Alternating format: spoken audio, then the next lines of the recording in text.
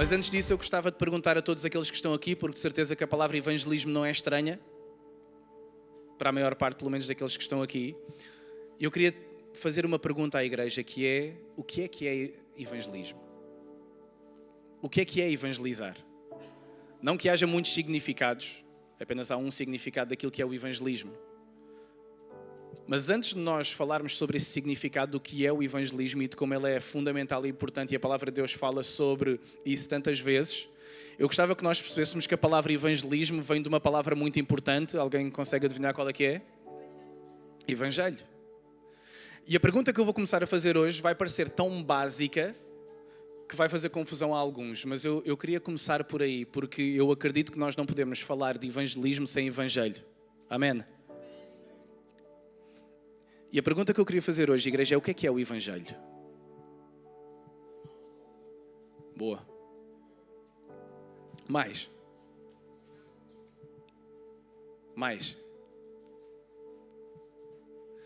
Há muitos significados, há muitas coisas que nós podíamos dizer exatamente o mesmo significado, mas de maneiras diferentes. Então há uma definição muito parecida com aquela que o Vitor acabou de dizer agora, que eu gostava que nós utilizássemos para fazer o nosso estudo sobre o Evangelho. Porque antes de falarmos de evangelismo, se nós não falarmos de Evangelho, o evangelismo está completamente perdido e nós vamos perceber isso hoje. O Evangelho é a mensagem de Deus que conduz à salvação. Amém? O Evangelho são as boas novas, é a mensagem de Deus que conduz à salvação. Se isso é o Evangelho, então o que é o evangelismo?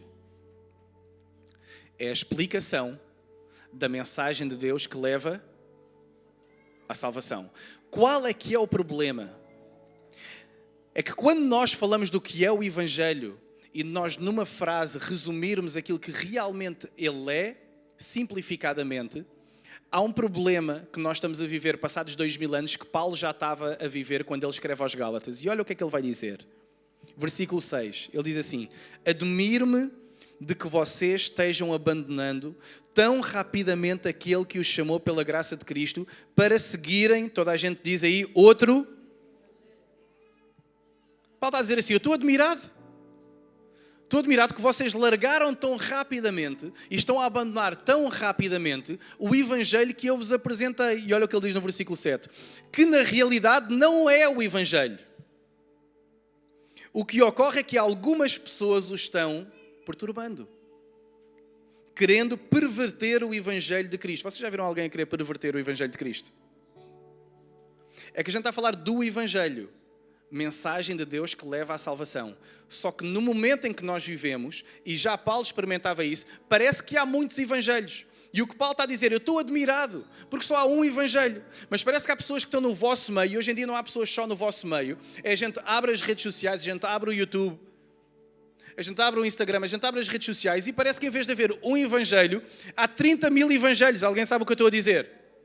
E Paulo está a dizer assim, eu estou admirado, porque só há um Evangelho e foi um Evangelho que eu vos preguei. Mas parece que vocês estão a abandonar o Evangelho porque há pessoas no vosso meio que estão a perturbar a vossa mente e estão a distorcer aquilo que é o Evangelho verdadeiro de Cristo. Versículo 8. Contudo, ainda que nós ou um anjo dos céus anuncie um Evangelho contrário ao que anunciámos a vocês, que seja amaldiçoado. Paulo é duro. Ele é bem claro.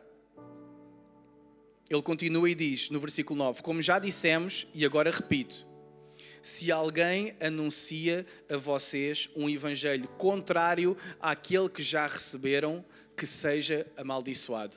Paulo está a repetir e a deixar isto claro. Escutem, vocês ouviram o evangelho, não troquem o evangelho por outro evangelho, porque na realidade só há um evangelho. Olha para a pessoa que está ao teu lado e pergunta-lhe, tu sabes o que é o evangelho? Oh igreja, aqui isto é um bocado importante. Se calhar é um bocado importante nós falarmos sobre o que é o Evangelho, visto que o Evangelho é o fundamento de nós estarmos aqui hoje. E sabem qual é que é um dos problemas hoje da nossa sociedade? É que eu vejo muitas igrejas evangélicas que estão sem Evangelho. Tanta igreja evangélica sem Evangelho. Tanto evangélico sem Evangelho. E é interessante nós falarmos da palavra, já que estamos a falar em evangelismo e evangelho, que é engraçado também nós falarmos da palavra evangélico, que é uma palavra que nem sequer vem na Bíblia, certo? Na Bíblia está cristão, está discípulo. Nem sequer está evangélico. Quando é que o termo evangélico começou a surgir? Há cerca de mais ou menos 500 e poucos anos atrás. Quando Martinho Lutero foi lá à Igreja Católica e espetou aquelas teses lá à porta da Igreja Católica e disse assim: isso não é o Evangelho, pessoal. Vocês não estão a anunciar o Evangelho certo e vocês não estão a viver o Evangelho certo. Então é a partir daí que o termo evangélico começa a ter o maior protagonismo da nossa cultura. E eu gostava que nós hoje fizéssemos uma reflexão e percebêssemos assim: primeiro, será que a gente sabe realmente o que é o Evangelho? Porque nós podemos pressupor que aquela pessoa está há muito tempo na igreja, então a gente acha que ela sabe o que é o Evangelho. Mas não é assim. Se calhar, se nós começarmos a entender realmente o que é o Evangelho, a gente vai começar a compreender que a gente nunca o entendeu, igreja. Mateus 23, versículo 13 ao versículo 17, Jesus vai repreender os fariseus. E sabem porque é que ele vai repreender os fariseus? Pela maneira como eles estão a anunciar e a viver o Evangelho totalmente contrário àquilo que é o Evangelho e que é o Reino dos Céus. Mateus 23, 13 a 17. Jesus vai repreender os fariseus e diz assim: ai de vocês, mestres da lei e fariseus. Se alguém devia saber o Evangelho, quem é que era? Era esta malta. Vocês são mestres da lei, então se há alguém que sabe as boas novas, se há alguém que sabe o caminho de Deus, se há alguém que pode falar do Reino dos Céus, se há alguém que pode falar do Evangelho, são vocês. Mas o que Jesus lhes diz é assim: hipócritas, vocês fecham o reino dos céus diante dos homens. Vocês mesmos não entram, olha só. Vocês mesmos não entram, nem deixam entrar os que estão prestes a entrar. Porquê? Ai de vocês, mestres da lei e fariseus hipócritas, vocês percorrem terra e mar para fazer um convertido. E quando conseguem, o tornam 2 vezes mais merecedor do inferno do que vocês. Uau! Uau! Vocês deviam ser mestres das boas novas. Vocês, Deus até abre o coração das pessoas para ouvir o Evangelho. Só quando chega a altura de vocês evangelizarem, de explicarem o Evangelho às pessoas, vocês não sabem o que é o Evangelho. Então, em vez daquelas pessoas serem salvas por ouvirem o meu Evangelho, vocês estão a condená-las duplamente para elas irem para o inferno. Está aí alguém comigo, igreja? A gente consegue entender a gravidade daquilo que a gente está a falar e que não é de agora, é de há 2000 anos atrás, quando Jesus já está a repreender os fariseus, a dizer: vocês não entenderam o reino dos céus, vocês não entendem nada. E as pessoas que Deus está a abrir o coração para serem salvas e terem o caminho da vida eterna, vocês estão a torná-las merecedoras 2 vezes delas irem para o inferno. Que desgraça de vida. O que é que vocês estão a falar? O que é que vocês estão a ensinar às pessoas? Eu pergunto quantas pessoas não estão a igrejas evangélicas que genuinamente querem o Evangelho que nunca lhes foi pregado, igreja. E que estão presas a coisas que nós já vamos ver daqui a pouco. Jesus não acaba aí, ele continua: ai de vocês, guias cegos. Vocês dizem: se alguém jurar pelo templo, isso nada significa. Mas se alguém jurar pelo ouro do templo, alguém sabe o que Jesus estava a dizer, igreja? Pelo templo não, mas foi pelo ouro do templo. Está obrigado por esse juramento. Cegos insensatos. O que é mais importante, o ouro ou o templo que santifica o ouro? Jesus está-lhes a dizer: vocês não entenderam nada. E o que eu gostava era que nós hoje entendêssemos e saíssemos daqui. Nós vamos estar a falar mais vezes sobre evangelismo, mas eu gostava que nós hoje entendêssemos: não há evangelismo sem evangelho, igreja.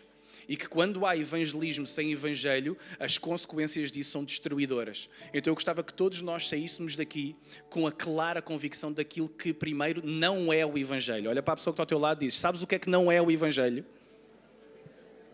O que não é que é importante explicar o que é que não é. E eu podia dar aqui 50 outros evangelhos. O evangelho não é isto, mas eu escolhi só 6 para bem do nosso tempo. Eu escolhi só 6 para falar sobre o que é que não é o Evangelho, e tenho a certeza que a maior parte dos que estão aqui já conhecem o que não é o Evangelho. O primeiro que não é o Evangelho é o Evangelho da religião. Alguém conhece esse Evangelho? É assim: tu aceitas Jesus e agora há aqui um padrão de comportamento. Se tu seguires estas regras, tu vais ser salvo. Alguém sabe esse Evangelho? Alguém já ouviu falar desse Evangelho? Isso não é o Evangelho de Cristo. É tu queres o caminho para a vida eterna, tu queres a salvação. Então tu cumpres aqui estas regras todas. E tu vais chegar lá. E há pessoas que estão aprisionadas pelo Evangelho que não é Evangelho da religião. Alguém sabe o que eu estou a dizer? Esse é o primeiro que não é Evangelho, que está penetrado na nossa sociedade. O segundo, que não é o Evangelho. Este vocês vão conhecer também. O Evangelho da prosperidade. Oh, o evangelho da prosperidade. Dá aí 100 que Deus dá já 200. Deus salvou-te para a tua vida ser próspera e para tu ficares com a conta bancária cheia. Dá aí mais dinheiro à igreja. Isso não é o evangelho. Aleluia, igreja. Posso ouvir um amém mais alto? É que há pessoas que estão escravas da religião e há pessoas que estão escravas desse evangelho da porcaria da prosperidade. Que amaldiçoa pessoas, que estrangula pessoas com o peso da religiosidade, com o peso da prosperidade. Quando Jesus diz, no mundo vocês vão ter aflições. O falso evangelho da prosperidade, a crença de que seguir Jesus garante riqueza, saúde perfeita e sucesso material. O que é isso, meu? Jesus nunca garantiu essas coisas. Isso não é o evangelho. Terceiro, o evangelho das boas obras. Sim, se tu fizeres caridade, se tu abasteceres ali o cabaz solidário, que a Ana Catarina teve a falar aqui há bocadinho, mano, tu vais para lá. O evangelho das boas obras. Não interessa a graça, não interessa a fé, interessa aquilo que tu fazes. Quarto, o evangelho, este é bom também, o evangelho do vale tudo. Esqueça o evangelho do vale tudo. O evangelho do vale tudo é, Deus é Pai. Deus é Pai ou não, igreja? Deus é amor, sim ou não? Deus perdoa, sim ou não? Então eu posso fazer o que eu quero. É como as pessoas distorcem o evangelho. Se Deus é amor ou não? Se Deus perdoa ou não? Então eu vou fazer o que me apetecer da vida porque Deus é amor e Deus perdoa. E eu vou fazer o que me apetecer porque no final do dia Deus vai me amar e Deus vai me perdoar e eu vou fazer. É isso o evangelho de Jesus Cristo, igreja. Não entendeu nada do evangelho ainda. O evangelho do vale tudo. Quinto, o evangelho, este é o ótimo, este é o primeiro que aparece sempre nas redes sociais, é este aqui. O evangelho de tu és o centro. Cada mensagem é sempre igual, que é o quê? Tu és o maior, tu és incrível, tu és maravilhoso. Porquê? Porque o evangelho está somente centrado nos teus objetivos e no teu crescimento e nas tuas ambições. E naquilo que tu queres e naquilo que tu não queres. É o evangelho de tu és o centro. Aquela cruz já é meio secundária. É tu vens primeiro e a cruz vem depois. Alguém conhece esse evangelho? O último, para não vos massacrar mais. Podíamos continuar a lista, mas eu vou dar o último. Que é o evangelho do milagre. Qual é que é o evangelho do milagre? São pessoas dentro e fora de púlpitos que algumas até podem ter o dom de Deus para curar e que se dirigem a outras pessoas e em vez de evangelizá-las, porque evangelizar é a explicação do evangelho que conduz à salvação. São pessoas que vão pelas ruas, ou mesmo dos púlpitos, e dizem, quem é que tem uma dor nas costas? Eu estou a ver que a tua perna é mais curta e a tua perna é mais longa, eu vou orar por ti agora. Graças a Deus, se alguém que gosta de orar por cura sou eu, a gente deve orar por cura, sim ou não, igreja? Mas isso não substitui o evangelho de Jesus Cristo. Então a gente vai e a gente às vezes até vê Deus com a sua mão a trazer cura sobre as pessoas e depois o que é que a gente faz? Deus ama-te. Mas isso não é o evangelho. Isso não é o evangelho. Quando Deus nos usa sobrenaturalmente e quando Deus demonstra e manifesta o seu poder e nós dizemos apenas como consequência disso que Deus te ama, isso não é o evangelho. Podemos falar do que é realmente o evangelho. Deus criou-nos à nossa imagem e semelhança, certo ou errado? Mas o homem pecou e aquilo que a Bíblia diz é bem claro. Todos nós pecamos e estamos destituídos da glória de Deus, certo? E não havia nada que o homem pudesse fazer para cobrir agora o pecado, a morte e a condenação que estavam sobre si. Tinha que ser Deus a fazer alguma coisa. Então o que é que Deus faz? Envia o seu Filho Jesus para viver uma vida perfeita que nenhum de nós podia viver. Para morrer numa cruz e ao terceiro dia ressuscitar, condenando assim o poder do pecado e o poder da morte sobre nós. Amém, igreja? Amém.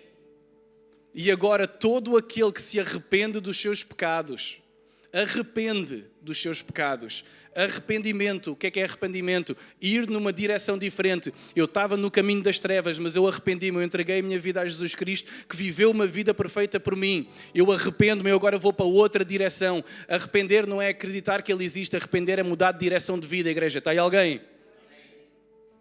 Não é crer que Deus existe. Os demónios creem, não é crer. Sabe o que é que anda aí tanto evangélico confuso da vida? Porque ele crê em Deus, mas ele nunca confiou nele. Porque ele nunca entendeu o Evangelho. Deixa-me dizer, se o Evangelho não traz aplicações à nossa vida, tu nem sequer és crente. Se o Evangelho não traz implicações para a nossa vida, nós estamos a confundir-nos a acharmos que somos crentes, discípulos, evangélicos, o que a gente quiser chamar, quando nós não somos igreja. Então nós não podemos reduzir o Evangelho àquilo que nós achamos que ele é. Nem podemos acrescentar, acrescentando, como Paulo vai dizer, nem mais uma vírgula. Não diminuemos o Evangelho, mas também não acrescentemos nada ao Evangelho. Aquilo que eu acabei de fazer foi evangelizar neste 1 minuto e meio, de uma forma muito simples, aquilo que é o Evangelho de Jesus Cristo. E sabe o que é interessante na palavra de Deus? É que Jesus não chama os pregadores a fazer isso. Uma coisa bem clara ao longo dos evangelhos é que o evangelismo não é para os pregadores, para os líderes ou para os pastores, é para todos os discípulos que são fiéis. É para todos. Todos aqueles que são discípulos fiéis devem evangelizar, que é o quê? Devem explicar o Evangelho de Jesus Cristo que conduz à salvação. Agora a pergunta é, como é que eu vou explicar aquilo que eu não entendo? Está aí alguém? Como é que eu vou explicar aquilo que eu não conheço? Escuta, como é que eu vou explicar aquilo que eu não vivo? Como? E é por isso que há tão poucas pessoas também a evangelizar, porque elas não entendem o Evangelho, igreja. Elas não conseguem explicar. Porquê? Porque se habituaram um pouco a explicar, talvez. Mas a principal razão que eu creio é porque elas não entendem o significado simples daquilo que é o Evangelho de Jesus Cristo. Nós precisamos ter uma compreensão clara do Evangelho, porque sem Evangelho não há evangelismo. Então o Evangelho é a mensagem de Deus que conduz à salvação, mas há um objetivo também de evangelizar e eu queria falar sobre ele. Porque nós não estamos aqui hoje só para entender o Evangelho, estamos a perceber que quando nós evangelizamos há um objetivo e que esse objetivo é o maior impacto que tu podes ter enquanto Deus permitir que tu respires nesta terra. E eu gostava de ler um episódio da Palavra de Deus que retrata isto na perfeição, que está em Mateus no capítulo 16, no versículo 19, e que vai falar sobre Lázaro e o rico. Lembram-se disso? Isto é bem sério aquilo que eu vou ler. Versículo 19 diz: Ora, havia um certo homem rico que se vestia de púrpura e de linho finíssimo e que se alegrava todos os dias com grande ostentação. Havia também um certo mendigo chamado Lázaro, toda a gente pode dizer Lázaro, coberto de feridas, que ficava deitado à porta da casa do rico. Ele desejava, escuta isto, porque enquanto eu estou a ler isto,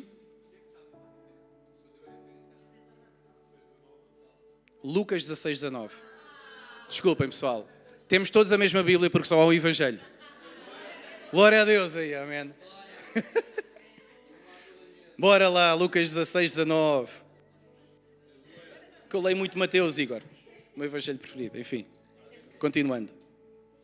É a mesma Bíblia, amém? Tentem visualizar aquilo que nós estamos aqui a falar. Versículo 21, eu vou começar daí. Ele desejava alimentar-se das migalhas que caíam da mesa do rico, e até os cães vinham lamber-lhe as feridas. E aconteceu que o mendigo morreu e foi levado pelos anjos para junto de Abraão. Morreu também o rico e foi sepultado. Versículo 23, eu estou a ler na versão Nova Almeida atualizada, diz assim: no inferno. Igreja, estamos todos aí? Que a igreja gosta de falar do dinheiro e da prosperidade e dessas coisas todas, mas depois quando chegam ao inferno não gostam de falar nisso. Só que aqui a gente tem que falar do Evangelho, certo? Versículo 23. No inferno, estando em tormentos, o rico levantou os olhos e viu ao longe Abraão e Lázaro junto dele. Então gritando disse: Pai Abraão, tenha misericórdia de mim e mande que Lázaro molhe a ponta do dedo em água e me refresque a língua, porque estou atormentado neste fogo. Mas Abraão disse: Filho, lembre-se que você recebeu os seus bens durante a sua vida, enquanto Lázaro só teve males. Agora, porém, ele está consolado aqui, enquanto você está em tormentos. E além de tudo, há um grande abismo entre nós e vocês, de modo que os que querem passar daqui até vocês não podem, nem os de lá passar para cá. Então o rico disse: Pai, eu peço que mande Lázaro à minha casa paterna. Escuta isto, por favor. Porque eu tenho 5 irmãos para que lhes dê testemunho, a fim de que não venham também a este lugar de tormento. Esta é a oração de um homem que está no inferno. Estamos aí todos, igreja? Porque há 2 lugares de habitação eterna, junto com o Pai, céu, longe do Pai, inferno. E quando nós estamos a falar sobre o objetivo de evangelizar, sabem porque é que eu escolhi este texto? Porque este texto é o texto de um homem desesperado que está no inferno, a olhar para cima, para Abraão e para aquele pobre que estava sempre a passar na casa dele para ter umas migalhas. E que a oração dele, a primeira oração daquilo que nós lemos foi que ele me dê pelo menos uma gota d'água, porque eu estou atormentado aqui neste fogo. Alguém sabe que o céu e o inferno são reais, igreja? Não é uma palhaçada, não é uma brincadeira, não é para assustar ninguém, é realidade. E este homem está no inferno a fazer uma oração. Eu queria uma gota dessa água que está aí. E Abraão está-lhe a dizer, tu tiveste a água toda que tu quiseste durante a tua vida, meu. E ele nunca teve nada. Ele ia para a tua mesa à procura de umas migalhas. Então qual é que é a oração que este homem rico faz? Por favor, faz com que Lázaro vá à casa dos meus irmãos, porque há um desejo que eu tenho, é que os meus irmãos e que ninguém venha para este lugar de tormento onde eu estou, igreja.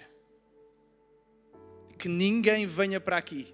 Essa é a oração dele. Então, quando nós estamos a evangelizar, escuta, qual é que é o objetivo do evangelismo? É simples, a salvação das almas. É por isso que é tão importante, escuta, não há nada mais importante que tu vais fazer nesta vida do que impactar eternamente. É que tudo aquilo que nós fazemos aqui nesta vida, que não seja o Evangelho, nós vamos impactar pessoas. Eu impactei pessoas na área da música. Tu impactas pessoas no teu trabalho, na tua família e no teu contexto. Mas esse impacto vai terminar no momento em que este coração parar de bater. Porém, o Evangelho é a única coisa que, se nós explicarmos e que se nós apresentarmos às pessoas, pode ter um impacto eterno na vida da pessoa. Nós temos noção daquilo que nós estamos a falar. Não é um impacto para 30 anos, não é um impacto para 50 anos ou para 80 anos, é um impacto interno que vai gerar a possibilidade da pessoa ter acesso à salvação e à vida eterna com Jesus. Estamos todos aí. Essa é a importância. Quando nós estamos a evangelizar, não é só uma atividade que a gente vai fazer para se divertir quando não temos nada para fazer. Nós estamos a cumprir o mandamento de Jesus, mas nós estamos a impactar eternamente a vida daquela pessoa. Nós conseguimos ter a noção da importância que é isso. Essa é a importância de nós evangelizarmos, Gui. É a importância de nós irmos pelas ruas de Aveiro e de não tomarmos por garantido que todas aquelas pessoas, escuta, a maior parte das pessoas que tu vais ver quando tu saíste de casa a caminho do teu trabalho, são pessoas que provavelmente estão a caminho do inferno. Está aí alguém? E espanta-me como é que os evangélicos estão tão pacificados em relação a isso. Escuta, nós devíamos acordar cheios de compaixão a chorar por aqueles que estão lá fora, como eu tive durante 25 anos. Estava a caminho do inferno e sabem o que é que acontece? Eu nem sequer sabia. Porquê? Porque nunca ninguém me tinha dito. E Paulo vai dizer aos romanos isso. Ele vai dizer assim, no versículo 14, no versículo 15 e 17. Ele diz, como porém invocarão aquele em quem não creram? E como crerão naquele de quem nada ouviram? E como ouvirão se não há quem pregue? E como pregarão se não forem enviados? Como está escrito, quão formosos são os pés dos que anunciam coisas boas. E assim a fé vem pelo ouvir, e o ouvir pela palavra de Cristo. Alguém ama a palavra de Cristo? Então partilha o Evangelho, irmão. Partilha o Evangelho. Porque nós não podemos ser discípulos de Jesus a ter uma pseudo-espiritualidade. Vocês conhecem aquele cristão que é sou eu e Deus no meu quarto? Isso não é cristianismo. Cristianismo não é eu só vir à igreja ao domingo de manhã e fazer umas orações. É eu perceber que eu fui chamado para o ministério da reconciliação, como está em 2 Coríntios. Capítulo 5 vai-te só estar a falar sobre isso. O ministério, agora que tu foste reconciliado com Deus, alguém foi reconciliado com Deus? Então vai reconciliar os que estão lá fora. Esse é o teu chamado maior do que do trabalho que tu tens, maior que o casamento até que tu tens, maior que a família que tu tens. É tu entenderes que é o ministério que foi confiado a todos nós que fomos reconciliados com Deus. Vai ser um agente de reconciliação nesta cidade de Aveiro. Se nós olhássemos para isso com uma motivação diferente, a nossa vida ia ser tão diferente. Porque há problemas que nós achamos que temos, que se calhar não são assim tão grandes, igreja. Sabe o que é problema a sério? É estar a caminho do inferno. Alguém concorda comigo? Mano, isso é problema. É porque quando eu olho para a vida deste homem, o que a vida deste homem representa, sabe o que é? É só fracassos nesta vida. Até os cães lhe vinham lamber as feridas. Eu não sei como é que tu estás, igreja. Mas os cães vinham-lhe lamber as feridas. Vocês conseguem imaginar como é que estava este homem? Como é que estava a vida dele? Se calhar tu entraste pelaquela porta hoje e tu estás preocupado com alguma questão financeira, familiar, emocional da tua vida, alguma coisa que esteja a acontecer a nível espiritual na tua família. Deixa-me dizer, a vida deste homem estava bem pior do que provavelmente a nossa toda junta. Humanamente falando. Porque pelo contrário, se nós virmos com olhos espirituais, quem é que estava realmente mal afinal? É porque o que eu vejo na Bíblia que nós temos aqui é que um foi para o inferno e outro agora está num lugar de descanso eterno. E muitas vezes quando a Bíblia fala em inferno, ela vai falar sobre uma zona, sobre um local, sobre um sítio onde há choro e ranger de... Porquê é que há ranger de dentes? Porque não há descanso. Sabem quem é que está com os dentes assim, a ranger? Quando os dentes estão a ranger. Sabemos porque é que eles estão a ranger? Porque nós estamos nervosos e ansiosos e cansados. Estamos ansiosos. Não estamos descansados. Por isso é que no céu não há ranger de dentes. Há paz, há alegria, há descanso eterno com o Pai. Alguém crê nisso? Então a nossa forma de evangelizar deve partir daquilo que nós vamos ler em 2 Coríntios 5:11. Nós falamos do que é o Evangelho, o que é o evangelismo, o objetivo de evangelizar, que são a salvação das almas, e a forma de evangelizar. É aquilo que eu quero falar agora. Eu não vou demorar muito mais. E escuta, eu sei que esta é daquelas palavras em que às vezes custa à igreja ouvir. Eu sei que às vezes é complicado e que a gente queria ouvir coisas que nos motivam às vezes um bocadinho mais, mas não há essência maior daquilo que é o Evangelho do que aquilo que nós estamos a falar hoje, igreja. E eu gostava que Deus abrisse os nossos corações para nós começarmos a viver o verdadeiro Evangelho como nós nunca o vivemos antes. 2 Coríntios 5, versículo 11 vai dizer, Paulo diz assim, e assim conhecendo o temor do Senhor. Alguém conhece o temor do Senhor? 2 conhecem. Glória a Deus por isso. Procuramos persuadir as pessoas, mas somos plenamente conhecidos por Deus. Olha o que é que Paulo está aqui a dizer quando ele vai falar do ministério da reconciliação e que nós devemos olhar para o evangelismo. Paulo está a dizer, nós procuramos o que as pessoas? Persuadir. No final da história que nós lemos de Lázaro, a oração dele era para que, a oração do rico era para que Lázaro fosse lá para convencer os irmãos. É o que está lá na Nova Almeida atualizada. Persuadir e convencer. Então escutem isto porque tem a ver com a forma de evangelizar. Evangelizar não é manipular. Está aí alguém? Isso não é evangelizar. Evangelizar não é manipular os outros.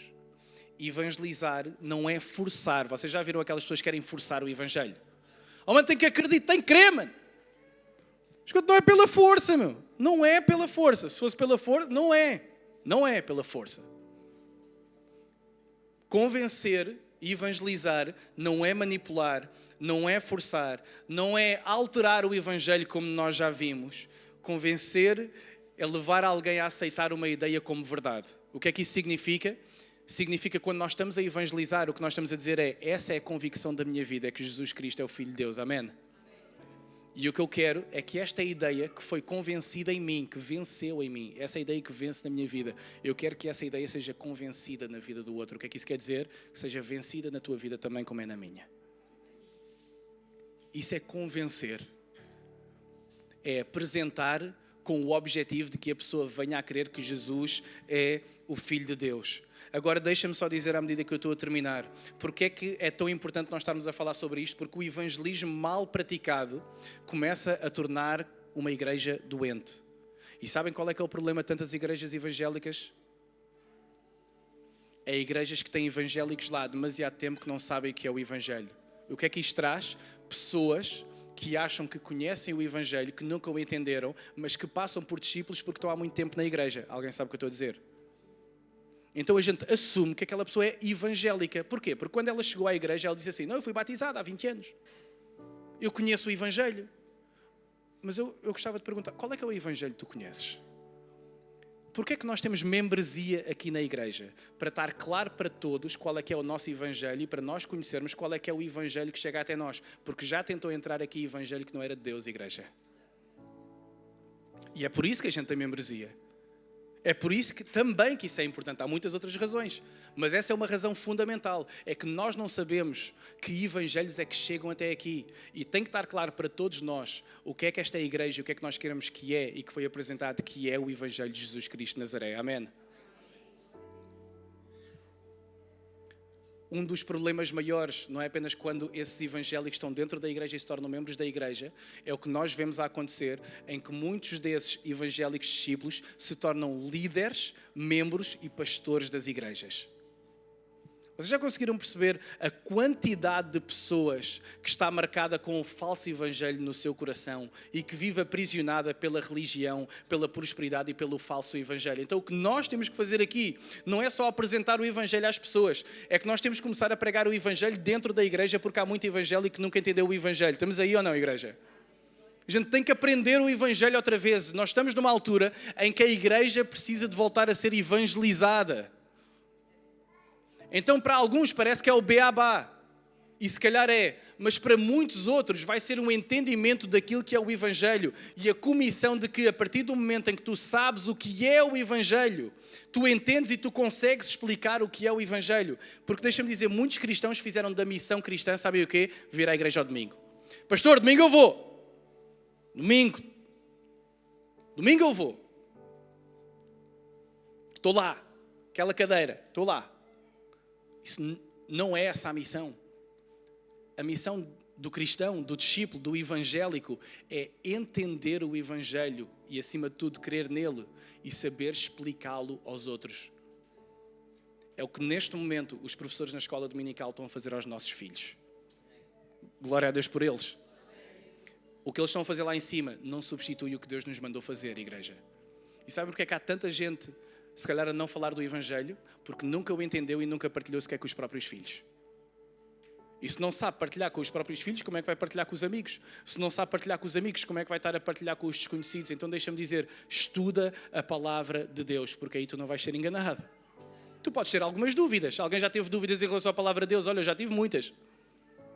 Mas a gente senta, a gente lê e a gente entende o que é o evangelho a partir da revelação que Jesus Cristo nos dá. Eu queria chamar o grupo de louvor. E queria só fazer um último término a falar sobre quando é que nós estamos preparados para o evangelismo. Quando nós temos uma noção e vivência real do evangelho. Escutem só isto, igreja. O evangelho não se aprende a estudar. O evangelho aprende-se a viver. Estamos aí? O evangelho não se aprende só a estudar. O evangelho também se estuda, claro. E a gente está a falar sobre a importância do evangelho ser estudado e ser lido, certo? Mas o problema é que muitas vezes a gente sabe um evangelho que a gente nunca viveu. E não adianta muito isso. Então, quando eu vou evangelizar alguém, eu tenho que ter uma noção clara daquilo que é o evangelho de Jesus Cristo. Não só uma noção, não só um entendimento. Uma vivência real daquilo que é o evangelho de Jesus Cristo.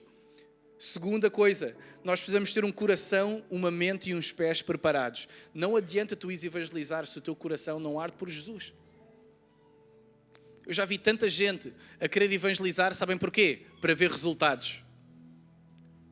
Tanta gente a querer evangelizar, às vezes até por uma vontade genuína própria de nós queremos. Toda a gente, se calhar, aqui tem essa pessoa.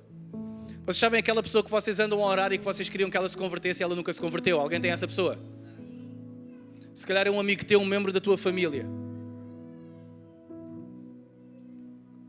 Mas eu queria te dizer que não depende, igreja, da nossa força e da nossa capacidade, depende do poder desta mensagem.